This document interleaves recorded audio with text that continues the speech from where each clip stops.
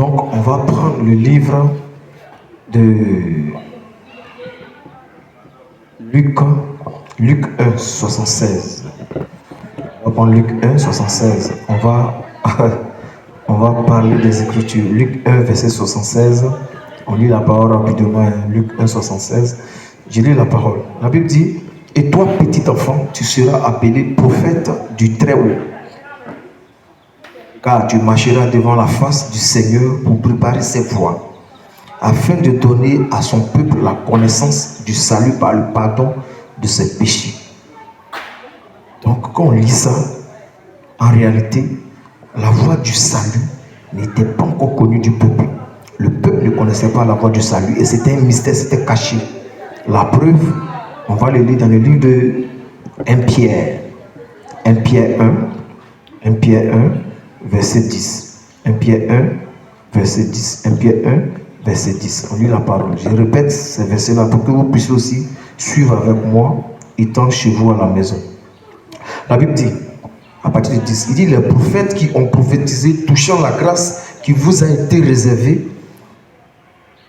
ont fait de ce salut l'objet de leur recherche et de leur investigation. C'est-à-dire, ils ont recherché ce salut-là, voulant sonder l'époque et les circonstances marquées par l'esprit de Christ qui était en eux. Pour vous choquer encore, on dit c'est Christ là, l'esprit de Christ qui était dans tous ces prophètes, c'est-à-dire Abraham, Moïse. Vraiment, la parole de Dieu, c'est doux. Ok, on continue.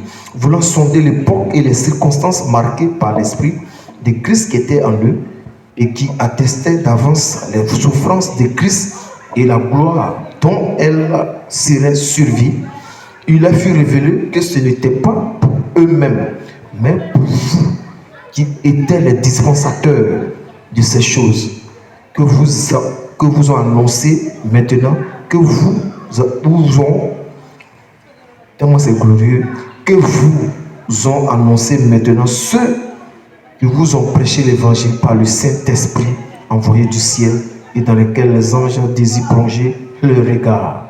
Donc, ils ont sondé ces époques-là, cherchant à connaître à quel moment Dieu va se manifester, le salut va se manifester. Parce que Ésaïe, dans le livre d'Ésaïe, Ésaïe a prophétisé que le salut va se manifester à l'humanité. Tout œil le verra.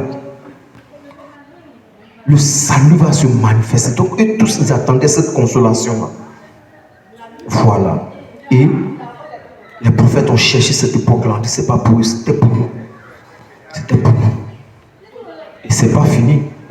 C'est pas fini. Dans le livre de Matthieu 13, on a parlé de ça aussi là-bas. Matthieu 13, la parole de Dieu, quand tu comprends, c'est tout. Hein. Je vous parle des choses merveilleuses. Ceux qui sont de Dieu, qui vont m'écouter, seront heureux. Voilà. Matthieu 13, à partir du verset 16, il lit la parole. Il lit la parole. Il dit, mais heureux sont vos yeux parce qu'ils voient, et vos oreilles parce qu'elles entendent. Je vous le dis en vérité, beaucoup de prophètes et de justes ont désiré voir ce que vous voyez. Ils ne l'ont pas vu. Entendre ce que vous entendez et ne l'ont pas entendu. Vous donc écoutez ce que signifie la parabole du semeur. Donc le Seigneur nous dit que tout ce que vous voyez là, tout est parabole. Donc ça les mélange. Il ramènera le cœur des pères à leurs enfants et le cœur des enfants à leurs pères. Il voit deux missions. Or, si moi, je suis enfant, mon papa est là, si mon cœur va vers mon papa, et puis le cœur de mon papa va vers moi, c'est une réconciliation. C'est parce que mon cœur est allé vers mon papa que mon papa aussi a accepté, et puis son cœur est venu vers moi. Mais en réalité, c'est pour préparer un peuple bien disposé à Dieu. Et le salut, la Bible dit que Jean viendra révéler le salut à son peuple. Dans le livre de Luc 1, 71 à 76 qu'on a lu. Voilà. Donc, on va continuer les Écritures. On prend le livre de Luc. On va lire Luc. Luc 1. Luc 2 maintenant. Luc 2. Donc, on va remonter à Luc 1. On va aller en haut. Luc 1 à partir de 16. On va lire la parole de Dieu.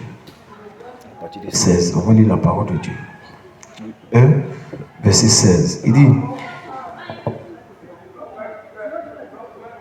dit, voilà, Luc 1, à partir du verset 12. Bon, on va prendre le verset